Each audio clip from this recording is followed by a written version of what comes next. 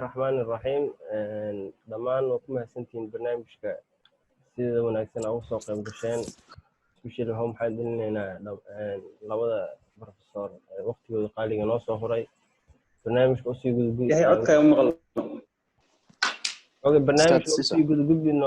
gudaha usii geli doonaa professorada insha Allah waxa waaye khibrad iyo maxaa la wixii dheerihiin nala wadaagi doonaan ka bacdi discussion ay jiri doono qof walba su'aasha qaba weydiin doonaa professorada mar labaad iyo mar saddexaad ku soo dhawaada barnaamijka waxaan u mahad celinayaa mar labaad tiimkii soo qaban qaabiyay waqtiga geliyay haatan waa bilaaban doonaa waxaan ku bilaabanaynaa aayadaha quraanka kariimka bismillaahi raxmaani raxiim qul huwallaahu axad allaahu samad lam yalid walam yuulad walam yakun lahu kufuwan axad sadaqallaahu alcadiim hadda waxaan kusoo dhaweynayaa mudane Ilyas si oo barnaamijka noogu sii daafuro kabacdina professorada noogu soo wareejiyo soo dhawaad mudane Ilyas waa mahadsantahay ustaad Yaxya ugu horreyn waxaan u mahad celinayaa professor Cabdi Siyaad iyo professor Cabdullaahi Haydar oo naga aqbalay invitationkeena waxaan leenahay aad iyo aad aan ugu faraxsanahay inaad barnaamijkan nagala soo qayb gashaan oo waqtigiina qaaliga ah wax naga siisaan noona faa'iideysaan waxaan nahay anaga young generation oo geology barta AGN waa madal ay ku midaysan yihiin ardayda guud ee Soomaaliyeed ee daafaha caalamka wax ka barato haddii ahaleed Africa, Asia iyo wadamada kaleba waana arday dhameysay qaarkood weli waxbarashada ku jirta iyo kuwa danaynayo oo hadda ka soo qalin jabinayo dugsiyada sare interest u ahayo in ay cilmigan barteen intaas ay midaysay wax badanna waxa waaye waxaan kala faa'iideysan jirnay annaga arday ahaan haddana waxaan go'aansanay inaan barnaamijka weyneyno oo aan ku soo darno madal oo Hello Geo la dhaho taasoo naga saacideyso in aan ku soo darno barnaamijka meetingna u qabano khubarada ama odayaasha waaweyn khibrad weyn u leh cilmigan Soomaaliyeed si aan ugu faa'iideysano cilmiga iyo aqoonta ay leeyihiin kulankan waa kulanka ugu horeeyay ee aan qabano waxaana ku casuumnay professor Cabdi Siyaad iyo professor Haydar si ay noogu noqdaan tusaale wanaagsan aan barnaamijkana sii balaari doono insha Allah maantana waxa waaye mawduucan ka hadli doono mawduuc caam ah oo ku saabsan guud ahaan geologistayaasha Soomaaliyeed jaanisiyada u furan iyo caqabadaha horyaalo ee loo baahan yahay in ay ka gudbaan si ay u noqdaan dad horumar ka gaaray wadankeenana waa wadan yani curdun mudanna in laga faa'iideysto dadku u faa'iideyn lahayn anaga nahay marka waxaan rajeynayaa insha Allah in aan clear aan ka dhigno discussion ka sameeyno challengeska iyo fursadaha horyaala opportunitieska iyo sida ugu gudbi lahayn waxaana mar labaad iyo mar saddexaad u mahad celinaa professor Cabdi Siyaad isagana barnaamij ku soo dhaweynaa ka bacdi professor Haydar kalmaadkooda dan waxaan u gudbaynaa discussionka insha Allah professor ku soo dhaw aad iyo aad mahadsantiin hormaantiin dadkii abaabulana waxaan leeyahay mar labaad thank you aniga ruuxiga jaanis ay tahay inaad barto haddii aan soo noqdo mawduuca laga hadlayo dhaadeen opportunities and challenges there are as many challenges as opportunities in Somalia wax kasta Soomaaliya ka jira maanta waa challenge nabad ma jirto geologist wuxuu baahay door inuu tago you can't ma jiraan institutes ma jiraan biyaha ama macdanta ama batroolka scholarships waa adagaysa ku heshiin maanta Soomaaliya waagayni marka qaarkood la isku baryahay dhibaatooyin kale oo jira ugu waaweyn waxaa ka mid ah jaamacado badan oo laga shaqeysto male adinka experience buuxda ma helaysiin ilaa kambaniyaal aad u shaqeysiin batroolaadan macdanaadan biyahaadan ma jiraan another problem ay haysto waxaa jaamacadaha wax ka baranaysiin inta markaa ka timaado do you have the chance inaad shaqo ka helayso Soomaaliya it's another big issue jaamacadda inay shaqaale qaadato waxay u baahan tahay inaad duulka aadi karto shaqo qaban karto which is very limited waagayna Cabdullaahina waa markhaati uu ka yaan u maleynaa Soomaaliya geeska gees meesha tagna xoolaha noola qalay wana la soo dhaweynaa ay dhaad maanta in suurtagalta meesha tagta waxa waaye nabadgelyada issue haddaad tagto somaliland haddaad tagto puntland haddaad tagto jubbaland same annaga waan ka nasiib badnay ilaa xad laakiin waxaan u malaynayaa in adinka mustaqbalka naga jaanis badan tihiin marka the challenges aan ka hadlayna maanta can be tomorrow the opportunities and the opportunities hadda maanta I haysto tomorrow can be the challenges so please inaan isfahamnaa muhiima oon loo arkin keliya inay jiraan challenges iyo opportunities yes challenge maanta jiro beritool haddii problemkaas la xaliyo opportunities ay noqon kartaa waa ku faraxsanahay numberka ay sheegaysin oo geologistayaala 30 keliya inay joogaan India that's really challenge waxaa waaye aan la qiyaasi karin ase Soomaali inaan maqlo taas wax weyn ay tahay in jaamacad ku taal South Africa 30 geologist ay maanta ka bixi lahayd maanta waxay yaala sharaf ay yaala ninkii ugu horreeyay ka soo saar Cabdullaahi yaqaan hadda jaamacadda ummadan shaqo ka siin asistanta ka noqdo waa ninkii ugu horreeyay Soomaaliyeed ee geology ku bartay South Africa marka aad iyo aad ayaan ficilada Soomaali badan jaamacadda geeyay kulli waxay rabaan wax kale inay bartaan geology waxa rabo ma jiro haddii aan u soo noqdo jaamacadda ummadda oo aan hadda ka furnay faculty of science laba department aan ka furnay Cabdullaahi markhaati weeye by the way Cabdullaahi he is the dean of research and graduate studies ma aqaanin saad ula socotiin so tomorrow darabtiin master samay kartiin PhD samay kartiin at Somali National University already waa plan aan wadno programku waa diyaar aniga Cabdullaahi but please idul qaata igan raalli ahaada waxaan jeclaynahay in idin jaamacadda ummadda go'aanan gaarnay qof aan master haysan macallin ma noqon karto jaamacadda ummadda waa go'aan dhacay ninka ka yar master ay wax ka yaraysto he can get assistant professor waa heli kari laakiin macallin full ma heli kari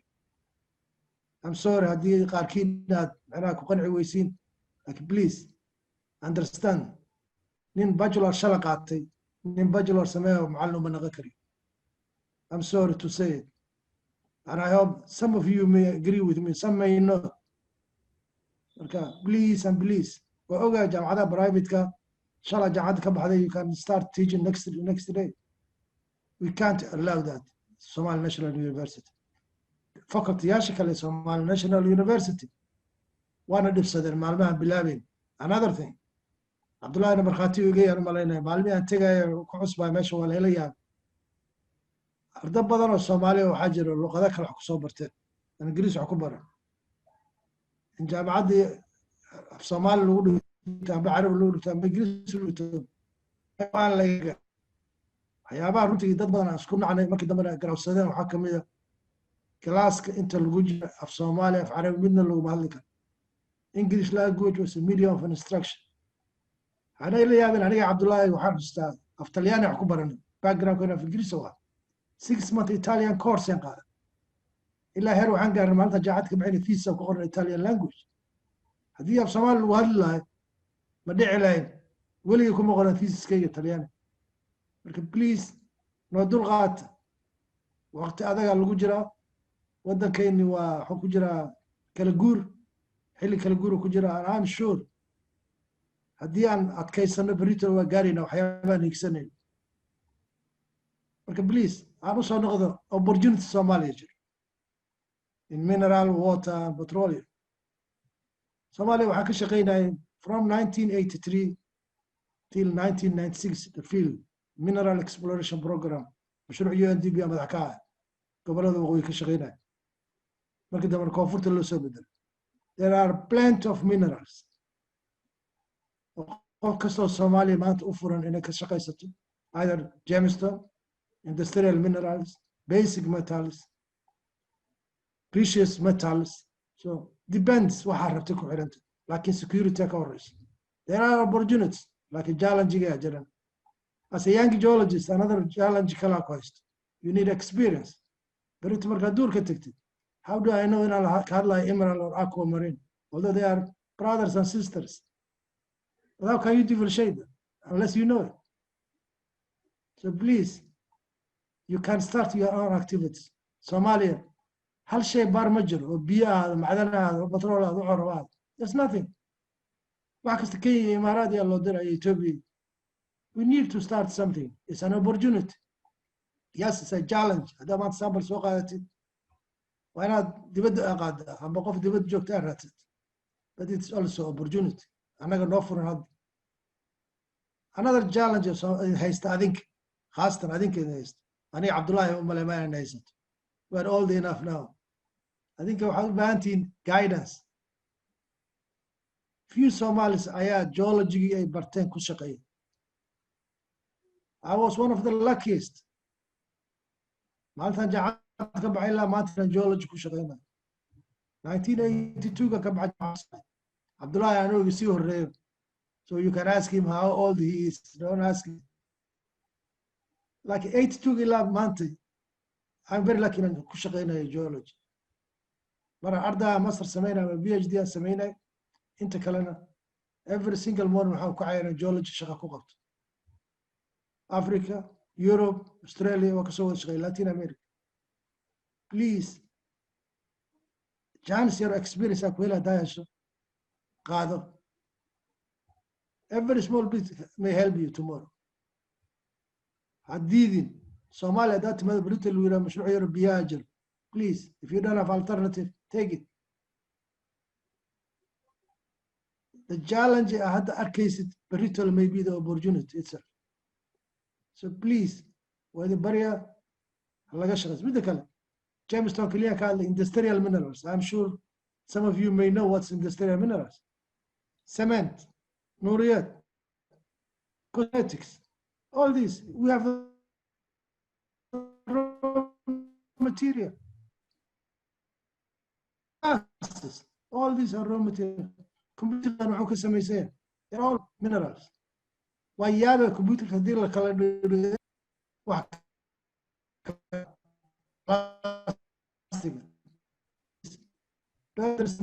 Still, there's a challenge. You can't go and get the sample even. That's the challenge we are facing, not only you, every Somali geologist. Our lab is in the field, not in Mogadishu, not in Cape Town. My lab is not in Cape Town. My real lab is really in the field. I have to go to Table Mountain to get samples. So please, the opportunity itself can be a challenge, as I said before. Let's talk about petroleum. شركات petroleum دايما what's very request. شركات كمان الصومالي الصومالي higher grades. Yes, مجعل لنا كذا لكن there's plenty of corruption. يلا قرأ. reer hebel waa ninkaasi kan waa Aisha dhashay. adkaysta waa la soo maray jabkaas kaligii maaha Soomaaliya una laakiin waa laga gudbaa. The day will come. maxaa taqaanaa ay shaqeynayso. marka please petroleumku sidoo kale biyaha. Imagine maanta water sample aad soo qaadato Soomaaliya, you don't have one single lab, no matter whether you are in Somaliland or Puntland or even Banaadir. Kenya loo dira, haddaad taa qof ii sheegaysid veterinary nin Kenyana la keenay xoolihii Soomaaliya in la daaweeyo. I couldn't believe. xoolihii Soomaaliya maanta geel hadduu daaweynaa nin Kenyan, Soomaaliya ma yaqaana geel sida loo daaweeyo. Really, I don't understand. Marka please, we can't separate opportunities from challenges in Somalia. aniga fikradeydu Cabdullaahi waa ka hadli doona. Cabdullaahi adaan kugu wareejina sheekada. Assalamu alaykum warahmatullahi wabarakatuh. وعليكم السلام ورحمة الله وبركاته. سلام كدب هذه هذا وما سنتين dadkii soo qaaday hawshan aad iyo aad muhiim u ah. waan ku faraxsan in kastoo saaxiibkay Cabdi Dr. Cabdi oo soo waxba ii hambaynay. walkan waa dhameystay waa tamalaha dadaaleyga waxa way bay dhibaato male waa aniga isku ogna intaas. marka waxa way wadanka sidoo sheego aad u dahan yahay. hadday noqoto macdin, hadday noqoto petrol, hadday noqoto James Stones, hadday noqoto dhagxaanta wax lagu dhiso oo dimension stones la yiraahdo. intaas oo dhan wadanka waa ku jirta. mid kale wadanka wuxuu aad iyo aad u fiican yahay ku jirto wax alla la wixii dhagax ah oo adduunka Ilaahay korkiisa u abuuray wax yar mooyaan inta badan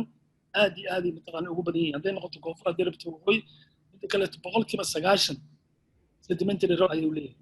oo taas ayaa u suurtagelinaysa petrolka Soomaaliya oo ku jiro mid aad u ballaaran. sababtoo ah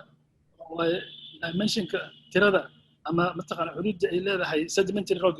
oo ka kooban reservoirki iyo maxaa la yiraahdaa source rock iyo mataqaanaa trapkii intaba ay leedahay oo sedimentary cover intaan la gaarinba gudaha uusan mataqaanaa loo dhaadhicin in ku jiro petrol ayaa aad iyo aad marka hore su-aashu waxay ahaan jirtay war soomaaliya petrol ma ku jiraa mise kuma jiro hadda su-aashaas waa laga yimid su'aal kale aad timid waxay tahay su-aasha kale waxay tahay intee la egyahay petrol waaba ku jiraaye petrolka ku jira intee la egyahay marka waa ilaahay mahadiis waaye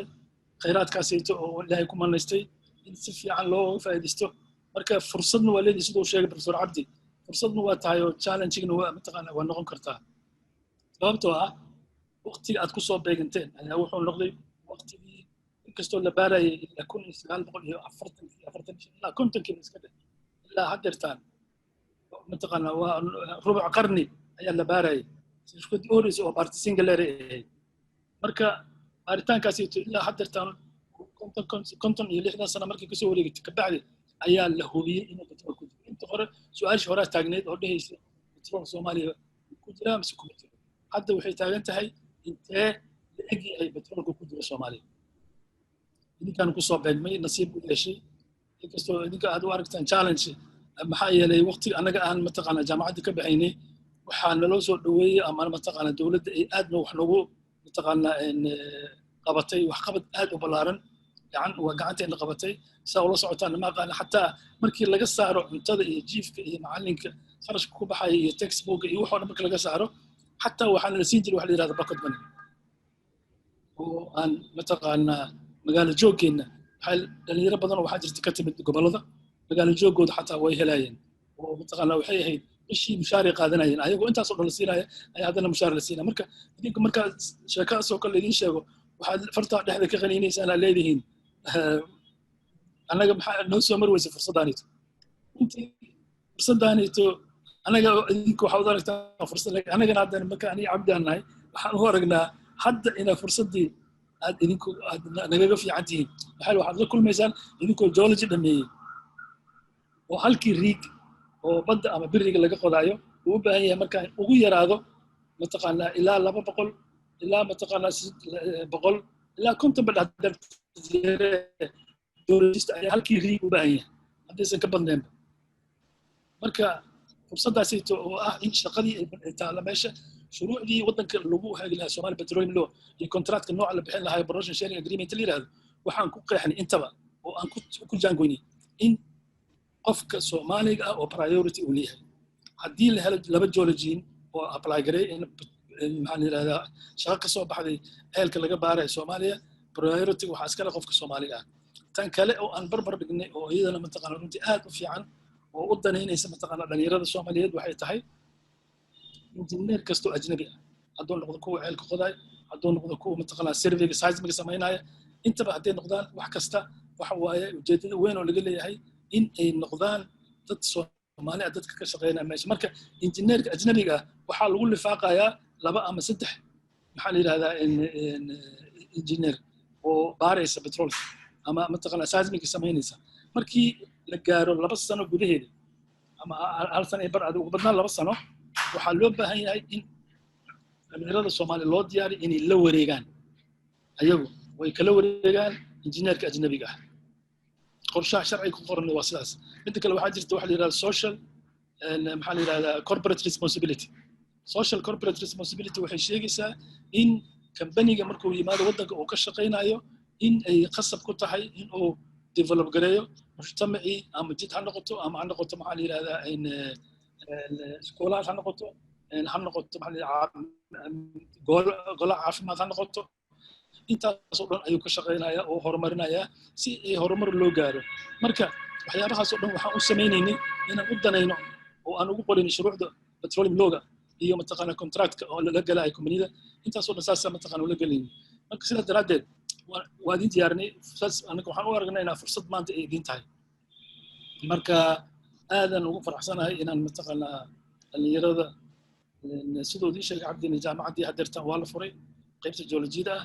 midda kaleeto waxaan ku soo darnay oo fikraddii cabdi ahayd mataqaana professor cabdi siyaad in lagu daro marine science maxaa yeele macquul ma aha in Soomaaliya ay leedahay xeeb dhan 3,000 iyo ka badan 300 oo mataqaanaa xeeb ah haddana ay lahayn Institute of Oceanography. marka sidaa daraaddeeda ayaa waxaa qasabtay inaan ku darno sanadkii hore bilaabatay hadda semester 2 bay marayaan 2 department oo Faculty of Science hoos imaanaysa oo mataqaanaa maxaa la yiraahdaa shaqadeedu ay noqonayso inta badan marine science iyo mataqaanaa geology. marka intaas oo dhan marka adigu kolley guud ahaan sawir guud arbeen aan siiyo laakiin shaqada aad wadaan waxaad ogaataan inay shaqo muhiim tahay inaad ku soo beegantay waqti maanta nasiib aad u yeelateen maxay petroolka Soomaaliya ku jira hadda sanad ama 2 sano kale la siiyo waa la soo saaraya waqtiga noqotaba laakiin anaga waxaan ku rajaynahay in hadirtan wax alla la wixii loo diyaarin lahaa si habti loo saar lahaa in la diyaariyo oo diyaar u yahay oo soo saaridda kaliya ay dhiman tahay sanadka soo socda waxaan la doorbiday wasaaradda qorsheeda ay tahay in ay maxaa la yiraahdaa kontraadi ay bixiso ugu yaraan kontraadi ay bixinaysana nasiib wanaag waxaan u leenahay waxay noqonayaan kuwa maxaa la yiraahdaa ugu waaweyn shirkadaha ugu waaweyn adduunka oo dhan way ka mid tahay Shell way ka mid tahay Exxon Mobil way ka mid tahay Total way ka mid tahay maxaa la yiraahdaa ENI way ka mid tahay maxaa la yiraahdaa kambaniyada kale to independent la yiraahdo ayagana mataqaanaa super majors kama sida Shell iyo Exxon Mobil waa kuwa kale to ayagana marka kuwaas oo dhan waxay keenaysaa in Soomaaliya lagu soo hagto oo ay noqoto meeshii mataqaanaa sida waagii California oo kale the rush for the gold oo mataqaanaa dahabka la baarayay marka fursadaas ayaa idin soo martay fursadaas laga faa'iideysto ayaan kulli guud ahaan idin kula talin lahaa waxaa jirta xataa inaan isku dayayna bal inaan idin samayno maxaa yeelay u malayn maayo fikrad buuxda inaad ka haysataan the geology of Somalia maxaa yeelay wadamo kaloo badan oo ajnabid wax ku soo barateen u malayn maayo in mataqaanaa Somali geology loo baahan yahay marka taa laftigeedana waxaan isku dayaynaa bal maadaama jaamacaddiina aan hadda ay mataqaanaa shaqaynayso oo ay mataqaanaa hawsha wado inaan Somali geology mataqaanaa ayadana aan qeexno maxaa yeelay waddan kasta wuxuu leeyahay shaabadiisa oo geologic ah oo gaar u ah uu leeyahay waa soo qaar soo ekaan kara ama soo dhawaan kara laakiin inta badan waddan geologic isla mid yahay ma jiro markaad fiirisid waddan walba wuxuu leeyahay raadkiisii oo mataqaanaa geologic ah ama dhagax laga helo noqoto ama siduu sameeyay ha noqoto ama structure-kiisa siduu ha noqoto ama structurally siduu yahay ha noqoto sedimentation-kiisa environment-kiisa wixii oo dhan waxaas oo dhan waxa waaye waxyaabo mataqaanaa unique ah oo khaas u ah waddankaas oo laga helay sidaa daraaddeed ayaan waxaan anigu horta ku soo koobaya warkayga fursad baa haysataan fursadaas waa qasab inaad ka faa'iidaystaan maxaa yeelay cid kaleeto oo ka faa'iidaysan karta oo tegi karta oo shaqo qaban karta ma jirto waan idinka ahayn oo Somali geologist ah maxaa yeelay sharciga aan dejinayna wuxuu idin saamaxayaa in aad ka faa'iidaysataan oo aad idinku ka qayb gashaan priority-gana idinka la idin siiyo oo aad mataqaanaa hawshaas ay tasaas u qabataan marka sidoo sheegay Cabdi waa ku raacsanahay waxna waa wax mataqaanaa